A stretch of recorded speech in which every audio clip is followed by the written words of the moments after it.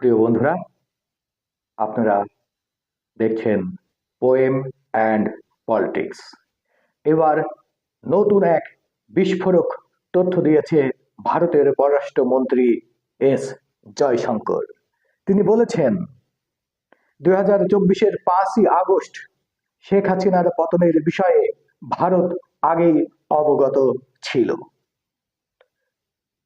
কিন্তু শেখ হাসিনার উপর ভারতের তেমন প্রভাব না থাকার কারণে ভারত কোনো ব্যবস্থাই নিতে পারেনি। আন্তর্জাতিক তিনি এর সাথে তিনি আরো জানান যে আন্তর্জাতিক বিভিন্ন মানবাধিকার সংস্থা যেমন জাতিসংঘ থেকে বাংলাদেশ সেনাবাহিনীকে সতর্ক করা হয়েছিল। আমরা জানি যে জাতিসংঘের শান্তিরক্ষা মিশনে বাংলাদেশ সেনাবাহিনী অংশগ্রহণ করে বিধায় বাংলাদেশ সেনাবাহিনী এই সুযোগটি কখনো হাতছাড়া করে জাতিসংঘের বিপক্ষে দাঁড়াবে না। ভারতের পররাষ্ট্রমন্ত্রী এস জয়শঙ্কর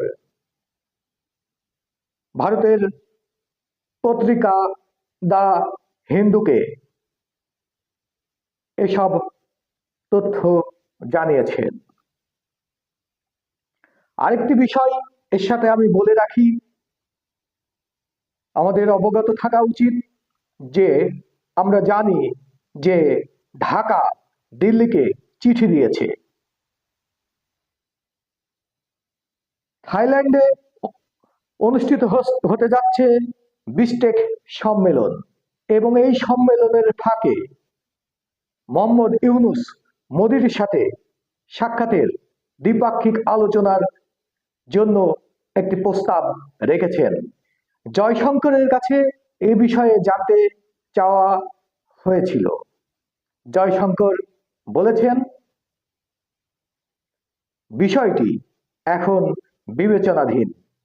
ঢাকা এখনো কোনো উত্তর নয়াদিল্লির কাছ থেকে এই বিষয়ে কোনো উত্তর পায়নি। যাই হোক,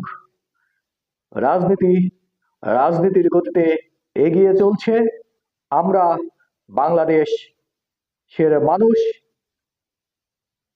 চাইব যে এই দক্ষিণ এশিয়ার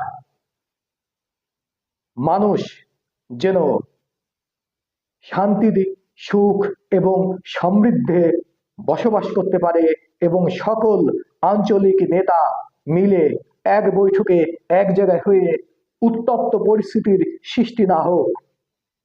সুন্দর আগামী পৃথিবীতে আমরা যেন বসবাস করতে পারি, এই রকম একটা সম্ভাবনা রাখতে রাজনীতিবিদদের কাছে, এই দক্ষিণাঞ্চলের রাজনীতিবিদদের কাছে আমাদের প্রত্যাশা। শেষ করব এখানেই। বন্ধুরা, সাথে থাকবেন, সব সময় সাথে থাকবেন। আছি পোয়েম অ্যান্ড পলিটিক্সে। দেখা হবে আবার।